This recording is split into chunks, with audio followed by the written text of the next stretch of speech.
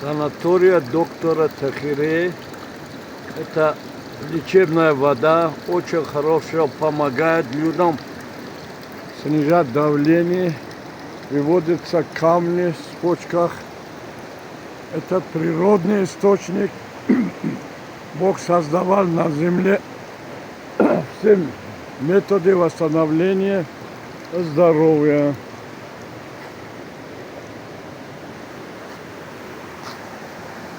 Лечебные травы.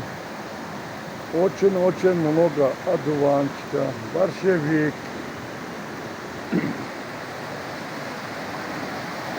Это домик, где люди проживают.